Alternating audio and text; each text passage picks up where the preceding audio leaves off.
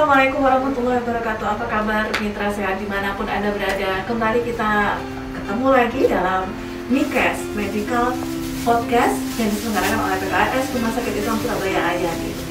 Alhamdulillah kita bersyukur kepada Allah karena kita sudah tiba di penghujung dari Ramadan 1443 Hijriah.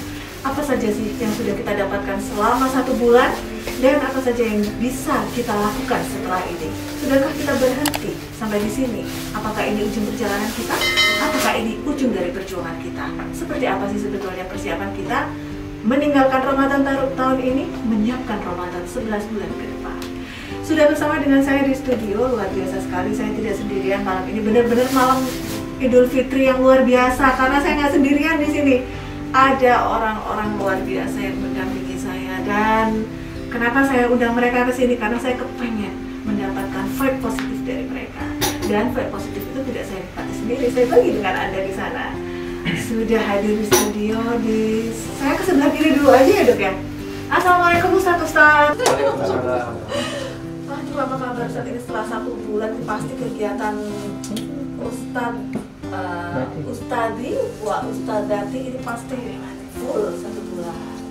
Ya, kita nanti akan ngobrol ya Ustadz ya dengan Ustadz Firdaus dan dengan Ustadz Emil, dan di sebelah kanan saya dulu Ustadzah Umu. Assalamualaikum Ustadzah. Ustadzah, kita sebagai wanita ada rahasia Pak Ustadzah, ada saatnya kita harus libur puasa. Nah, kita ngobrol dulu. Oke, dan ini nih penjaga front depan. Halo Dokter Fitri, assalamualaikum. Sehat ya, tetap semangat ya. Sehat-sehat. Oke, dan jangan lupa mitra sehat di sebelah sana itu ada Dokter Gigi Dian, ada Mbak Ade, ada Mas Syafa, dan ada Mas Arif, ada Mas Tanda, ada banyak orang di sana tuh. Tapi kelihatannya sepi ya.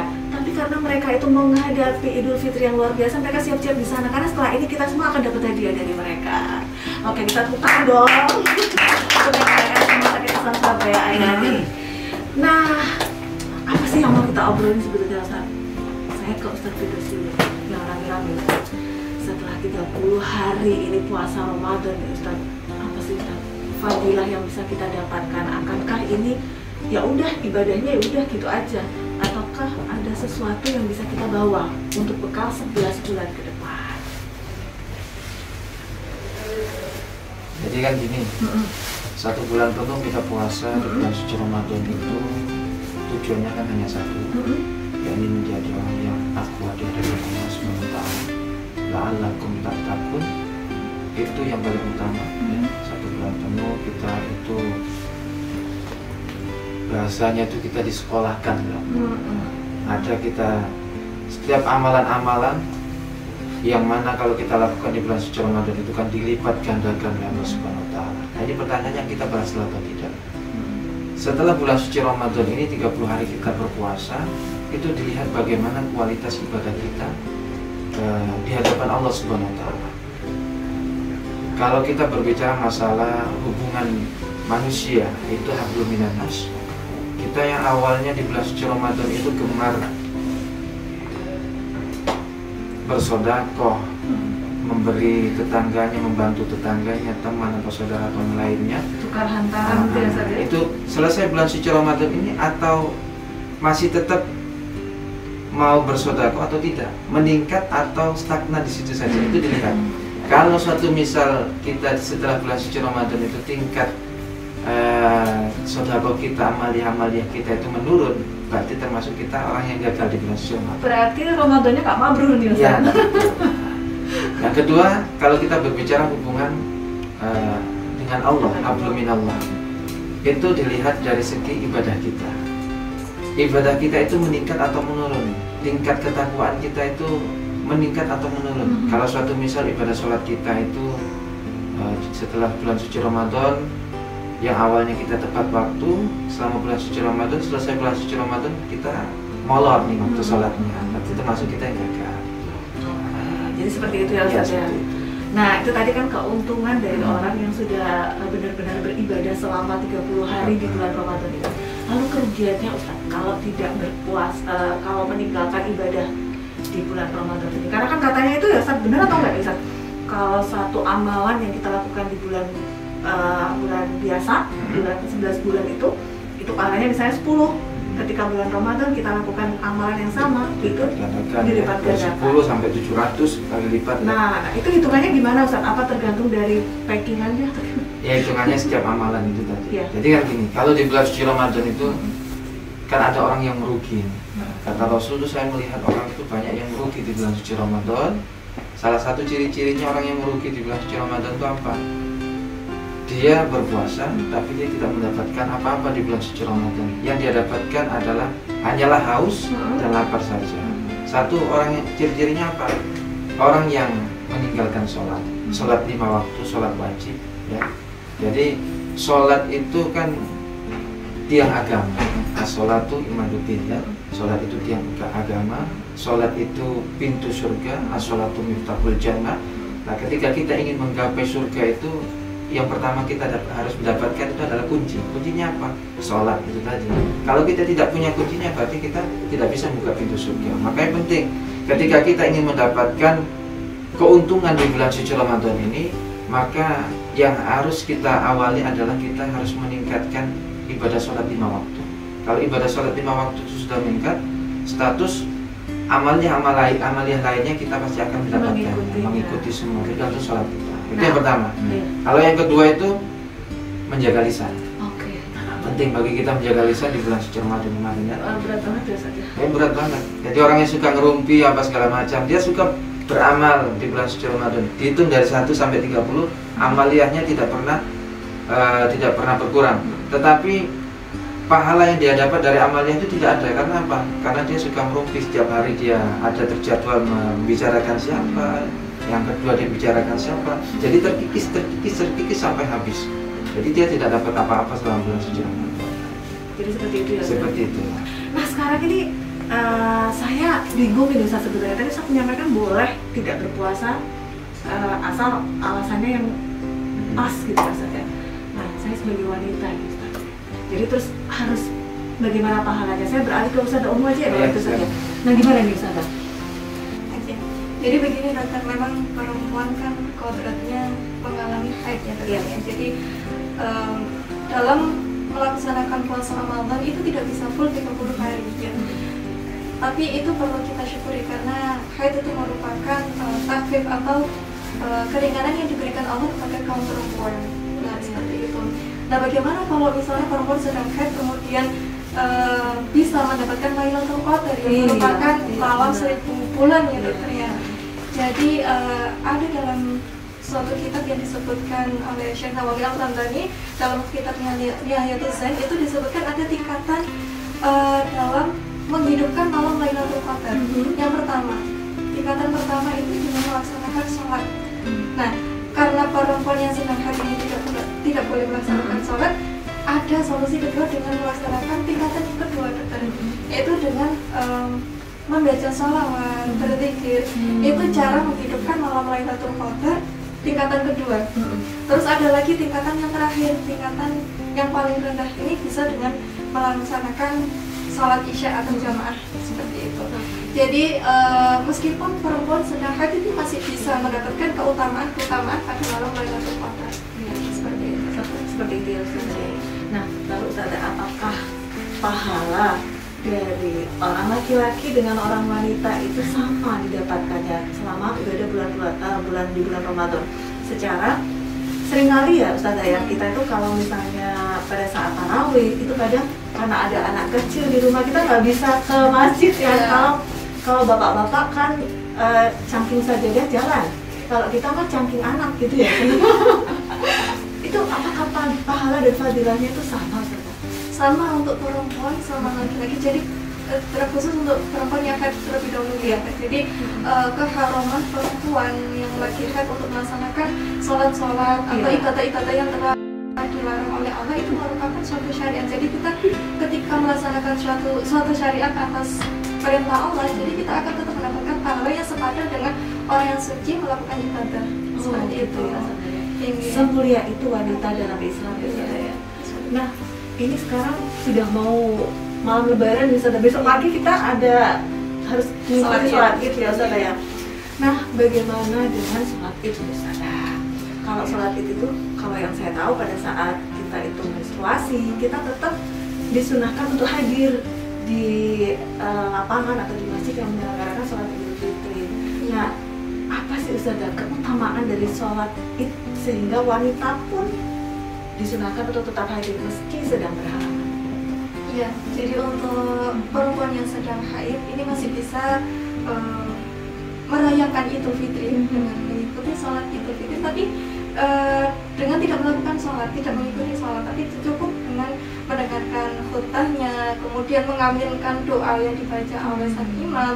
Nah, jadi pada hari Lebaran ini wanita-wanita yang sedang haid ini masih bisa merasakan atau mendapatkan kemuliaan pada saat Idul Fitri dengan cara yang seperti tadi, tetap menghadiri di sholat Idul Fitri yang dilakukan di tanah lapang. Jadi mengambil tempat untuk tidak di masjidnya. Jadi di tanah lapangnya untuk mendengarkan khutbahnya, mengambil hikmah-hikmah yang disampaikan oleh khotib, kemudian mengaminkan doa-doa yang dibacakan oleh khotib. Jadi dari situ perempuan yang sedang haid masih bisa merasakan keutamaan-keutamaan pada Idul Fitri. Baik, Ustazah. Nah, mitra sehat, kalau kita tadi sudah berbicara tentang bagaimana istimewanya Ramadan dan Idul Fitri, lalu bagaimanakah makna dan hikmah atau manfaat medis yang bisa kita dapatkan dari puasa dan ibadah di bulan suci Ramadan? Dan masih ada lagi, bagaimana sih rasanya jaga UGD pada saat Idul Fitri? Gimana nih, Dok? Ya, manfaat dari puasa itu dalam segi medis itu banyak banget ya. Seperti yang kita ketahui itu sangat bermanfaat bagi organ pencernaan terutama.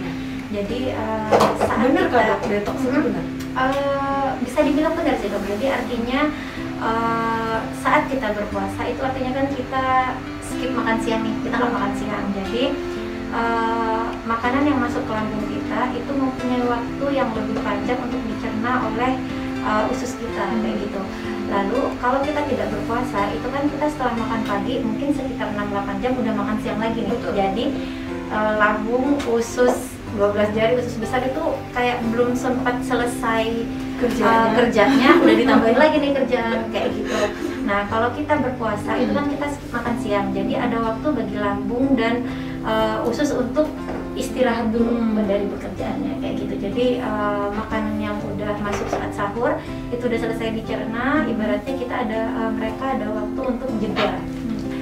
Artinya kita memberi jeda bagi saluran cerna kita untuk mengambil rehat, ibaratnya begitu. Karena tapi itu bagi untuk yang orang yang berpuasanya itu dengan benar. Ada yang nggak benar kayak apa? Jadi maksudnya gini, puasa yang benar itu artinya kita melakukan sahur, kemudian kita melakukan buka puasa dengan porsi menu yang sama, 1 kali menu, maksudnya gitu. Gini, orang kalau nggak puasa itu kan kita makan 3 kali nih, makan pagi, makan siang, makan malam. Nah, ketika kita berpuasa itu kan kita nggak makan siang. Nah, otomatis itu kita defisit kalori, mengurangi kalori kita yang masuk, kayak gitu. Nah, itu adalah puasa yang benar. Jadi saat kita berbuka puasa itu porsi menunya itu seperti makan malam kayak biasanya aja. Jangan kalap, jangan balas dendam. Ya, itu maksudnya. Dikatakan puasa yang tidak benar itu seperti yang saya bilang itu tadi. Jadi ketika berbuka puasa, dia ibaratnya kayak double makan, menjamak makan siang dan makan malam, makan saat buka puasa, kayak gitu. Nah, ada nih beberapa orang yang mungkin orang Indonesia ya, kalau nggak makan nasi nggak sah. Betul. Mungkin pas buka puasa dia makan takjil, makan gorengan, makan apa itu namanya segala macam, es teh, es doger, es apa segala macam dimakan, cemilan-cemilan gorengan. Lalu sholat tarawih nih. Oh iya benar, pentol res yang hits gitu ya. Tidak tahu apa, Mas Ahmad. Jadi itu kita kekenyangan udah makan cemilan-cemilan. Lalu kita sholat tarawih. Nah, nggak afdol nih nggak makan nasi. Habis sholat tarawih makan lagi, sama aja nggak defisit Terus kalori. tidur. Sama aja tidak defisit kalori. Ibaratnya seperti itu yang dikatakan puasa yang nggak bener lah, ibaratnya begitu. Kemudian puasa ini nggak hanya sehat bagi organ pencernaan, tetapi juga sehat bagi jantung kita. Kenapa dikatakan sehat bagi jantung kita? Sama seperti yang saya bilang tadi. Jadi ketika kita skip makan siang itu banyak waktu bagi organ pencernaan kita itu untuk memecah lemak, fat burn ya, apa ya, menghancurkan sisa-sisa lemak dari makanan yang kita konsumsi saat kita sahur kayak gitu, sehingga diharapkannya jumlah lemak jahat yang ada di dalam peredaran darah yang mengalir ke jantung itu juga akan menurun. Berarti dengan puasa selama 30 hari dengan cara yang benar tadi itu insya Allah bisa menurunkan kadar kolesterol yang tidak harusnya itu kalau kita puasanya benar selama 30 hari kita berpuasa itu bisa menurunkan berat badan kurang lebih 5% dari berat badan kita. Itu yang bagus kayak gitu. Jadi kalau ada orang puasa malah nambah berat badan, tanyain dulu puasanya kayak gimana. Kayak makan buka puasa itu ya seperti kita makan malam. Ya udah sepiring aja, ada karbohidrat, ada protein, ada serat sehingga mencukupi sesuai kebutuhan kalori kita. Oke dokter, gimana nih ceritanya pernah jaga IGD pas gitu ya. Subhanallah, masya Allah itu salah satu pengalaman yang agak butuh effort gitu ya. Maksudnya gini, dari kecil kita tuh ibaratnya kayak kalau lebaran itu ya sungkem keluarga, kumpul bareng keluarga besar kayak gitu. Malah kalau di beberapa daerah itu kalau nggak lebaran ya nggak pulang ke ini ya, maksudnya ke kampung halaman kayak gitu, kayak ke desanya atau kayak misalnya ziarah misalnya ke Sumatera gitu ya. Iya, yang jauh-jauh lah ibaratnya kayak gitu.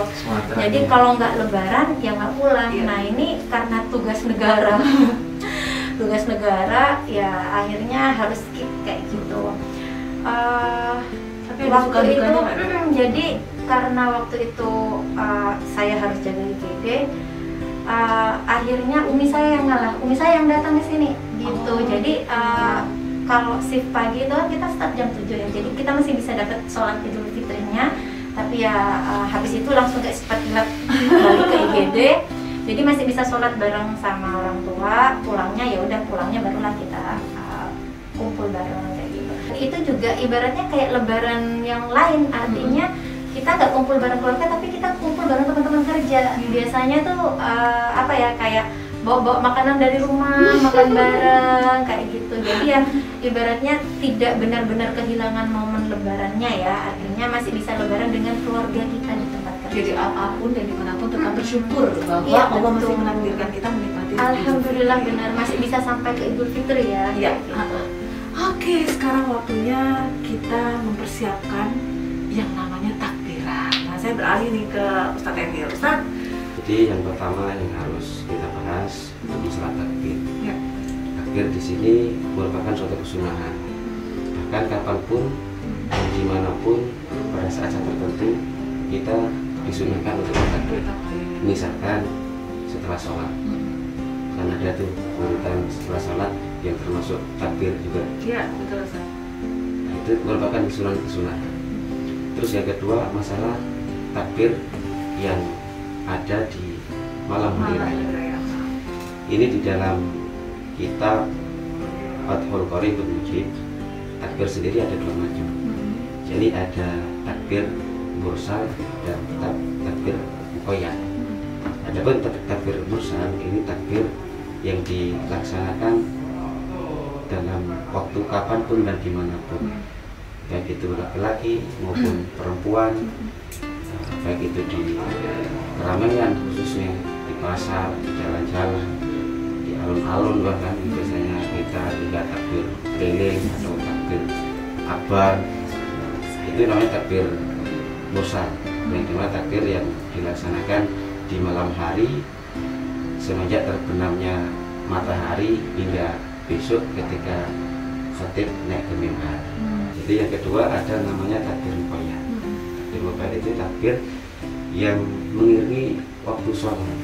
Maksudnya setiap kita selesai sholat, baik itu sholat sunnah maupun sholat wajib, jadi itu kita memang benar-benar disunahkan untuk membaca takbir tadi itu. Nah ini biasanya kita jumpai dalam tanggal 9 sampai dengan 13 Dzulhijjah. Jadi 9 itu kan takbir, terus 10-nya itu Idul Adha, kemudian diikuti dengan hari Tasyrik 11, 12, 13. Nah kapan kita berhenti? Ya asar itu. Jadi ketika asar kita sudah berhenti. Maghrib sudah enggak, asar terakhir, maghrib sudah enggak. Cuman terkadang ada salah kaprah di tengah-tengah masyarakat kita itu, takbir yang ada di Idul Fitri itu disamakan seperti halnya takbir yang ada di hari Tasyrik atau di hari Idul Adha. Berbeda, pelaksanaannya berbeda. Terkadang ada beberapa daerah itu yang takbir itu di hari raya Idul Fitri 3 hari, diikuti dengan tanggal-tanggal berikutnya selama 3 hari seperti hari takbir di hari raya Idul Adha. Nah, ini kurang tepat. Jadi kalau Idul Fitri mulai dari tergelincirnya matahari. Tergelincirnya matahari. Jadi itu pada asar ya, setelah asar. Iya, di saat memang diumumkannya kalau besok itu hari raya, nah, pada saat itulah maka dimulai untuk takbir. Begitu pula dengan hari Idul Fitri seperti itu. Kalau Idul Fitri sampai khotib naik ke atas mimbar. Kalau Idul Adha sampai tanggal 13. Sampai tanggal 30. Dari mulai 9, 10, 11, 12, 13. Ya, baik Ustaz. Nah sekarang ini saya mau tanya lagi nih kalau Ustaz Firdaus ini. Apa sih Ustaz keutamaan dari malam takbiran atau malam Idul Fitri nih Ustaz? Apa sih yang fadilah yang bisa kita dapatkan di malam Idul Fitri itu yang nggak ada di malam-malam yang lain Ustaz? Jadi gini, fadilahnya malam Idul Fitri ya, malam takbiran itu diantaranya di malam Idul Fitri itu bisa dikatakan di ahya'il qulub, ya, jadi menghidupkan hati. Jadi hati itu kan ada yang mati, ada yang hidup. Kalau hatinya itu mati, ketika dianya itu tidak melakukan ibadah, tidak zikir kepada Allah, tidak tahmid kepada Allah, dia tidak merasa bersalah. Tapi kalau hatinya hidup, ketika dianya itu tidak bertahmid kepada Allah, tidak bertakbir kepada Allah, itu dia merasa bersalah. Aduh, saya tidak zikir sama Allah, saya tidak sholat sama Allah. Nah, jadi dia merasa bersalah. Nah, itu yang pertama itu.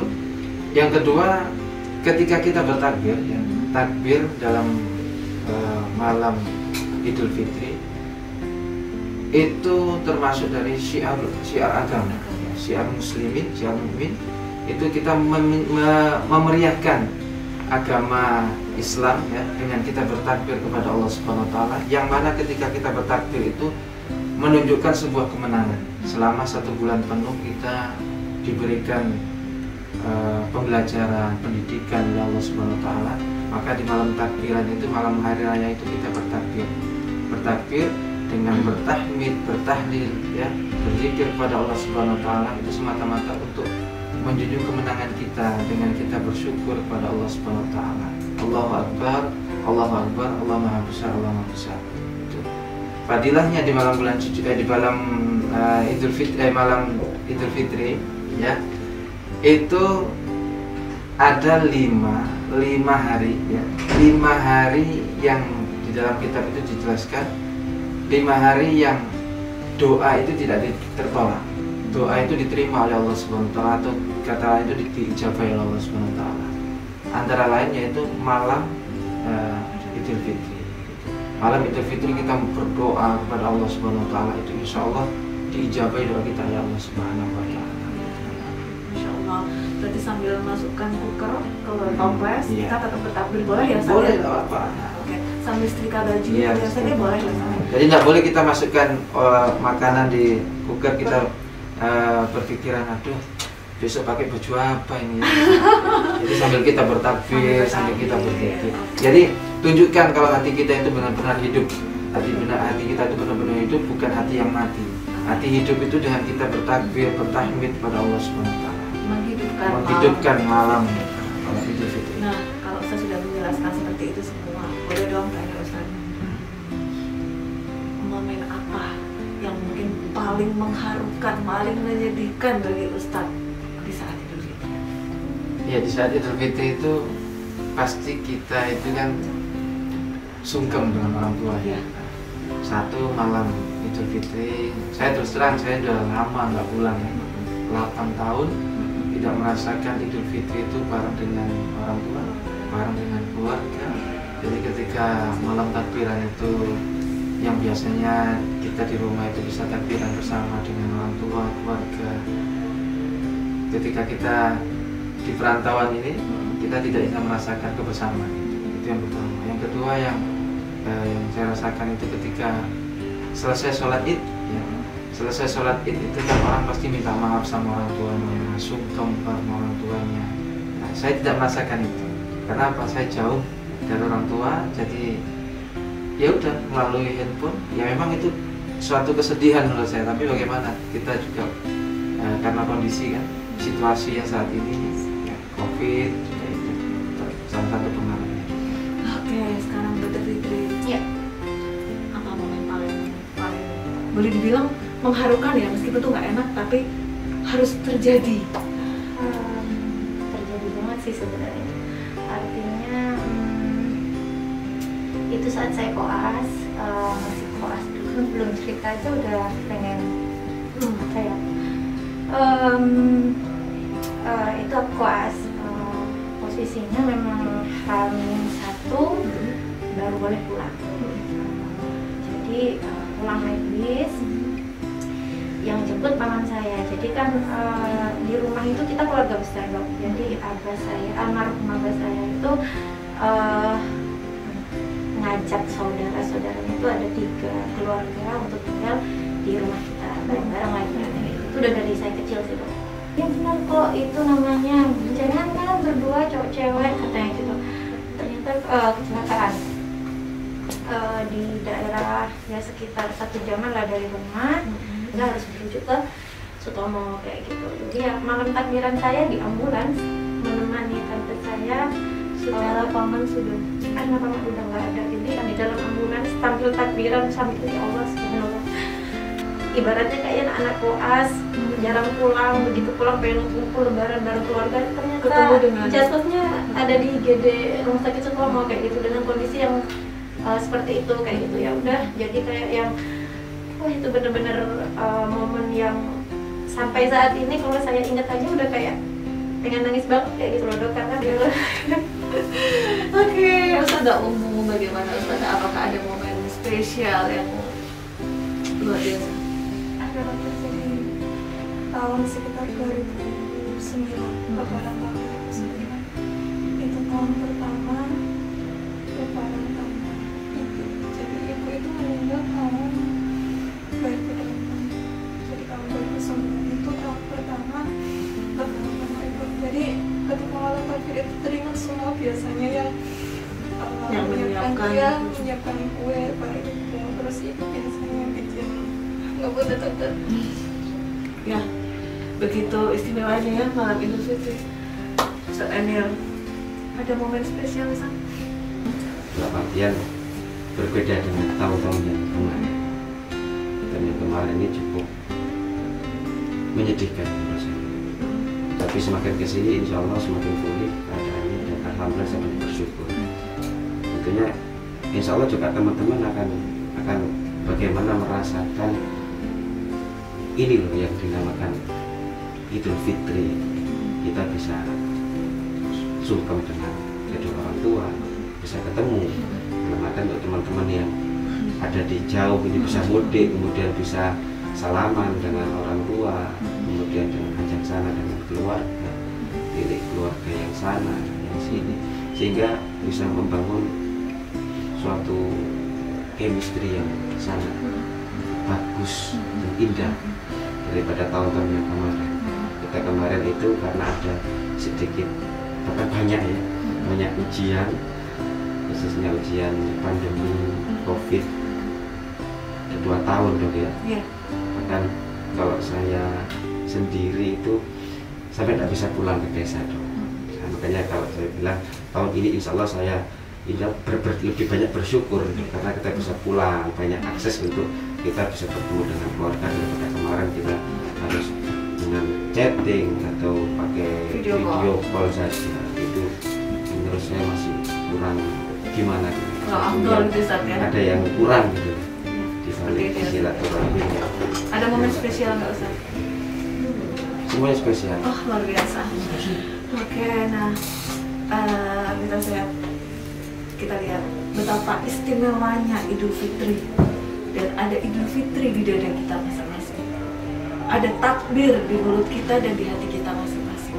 betapa bermaknanya tiap Idul Fitri, betapa berartinya tiap waktu bagi kita.